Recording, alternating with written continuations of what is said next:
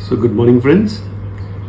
Reading habits series में आज हम बात करेंगे रीडिंग बाय इंस्ट्रक्शन और रीडिंग बाय डिस्कवरी। देखिए, रीडिंग बाय इंस्ट्रक्शन और रीडिंग बाय डिस्कवरी में फंडामेंटली ये फ़र्क होता है कि रीडिंग बाय इंस्ट्रक्शन का मतलब है कि कोई है आपके सपोर्ट के लिए, कोई टीचर, फैसिलिटेटर या गाइड है जो आपको बता रहा है कि आपको क्या पढ़ना है और कैसे पढ़ना है।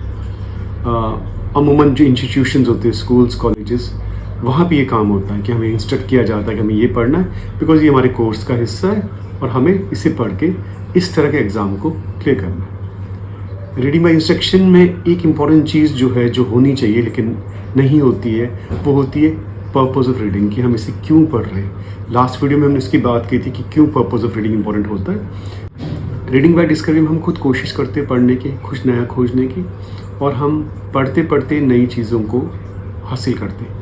Reading by discovery definitely better होता है रीडिंग बाय इंस्ट्रक्शन के, बट शुरुआती दौर में ज़्यादा लोग यही स्ट्रगल करते हैं कि रीडिंग बाय डिस्कवरी वो नहीं कर पाते। तो हम ऐसे बहुत सारे जो पढ़ने की आदत डलवाना चाहते हैं वो इसलिए नहीं डाल पाते बिकॉज रीडिंग बाय इंस्ट्रक्शन में उन्हें पर्पस ऑफ रीडिंग नहीं सिखाया जाता है, और रीडिंग बाय डिस्कवरी में कुछ फंडामेंटल चीज़ें चाहिए होती जो हम में नहीं होती है या काफ़ी कम मात्रा में होती है। लेट्स अंडरस्टैंड, अगर हम रीडिंग बाय डिस्कवरी से, यानी हम खुद चाहते हैं अपने लिए पढ़ने की आदत, पढ़ने के कौशल को विकसित करना, तो वो कौन सी चीज़ें हैं जो हमें स्लोली बिल्ड करनी पड़ेगी और उसका असर हमारे रीडिंग हैबिट पे भी पड़ेगा। पहली, द स्किल ऑफ ऑब्जर्वेशन।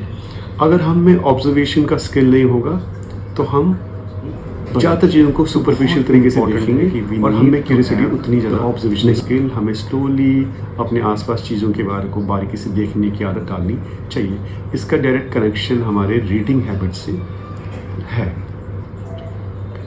दूसरी इंपॉर्टेंट चीज़ है, हमें बहुत अच्छे से पता होना चाहिए कि जिस चीज़ को हम पढ़ रहे हैं उसमें मेरी एग्जिस्टिंग मेमोरी कितनी, इमीडिएटली मेरा इंटरेस्ट, अगर मुझे बिल्कुल भी मेमोरी, तो शुरुआती दौर में हमें जब भी हम कोई चीज़ पढ़ें उस टॉपिक से पहले प्रीवियस नॉलेज हम अपनी थोड़ी बिल्ड करें कि अच्छा इस बारे में मेरी एग्जिस्टिंग मेमोरी कितनी है। ये बहुत इंपॉर्टेंट चीज़ है जो हमें हेल्प करती है रीडिंग को ईजी बनाने। फिर एक स्किल आता है जिसको हम कहते हैं स्किल ऑफ एनालिसिस, यानी जो हम पढ़ रहे हैं क्या उसमें हमारा इंटरेस्ट भी बन रहा है कि नहीं बन रहा है।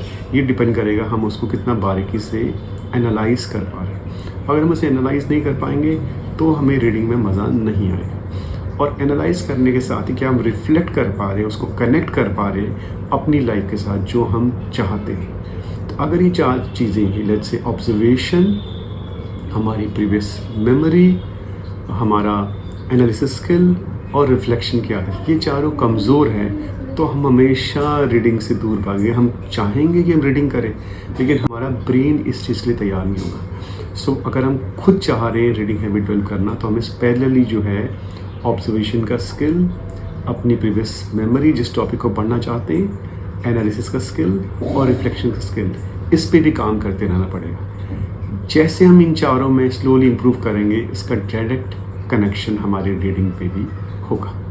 नेक्स्ट वीडियो हम बात करेंगे रीडिंग के अन्य पहलुओं पे। Hope you are liking this series. Thank you.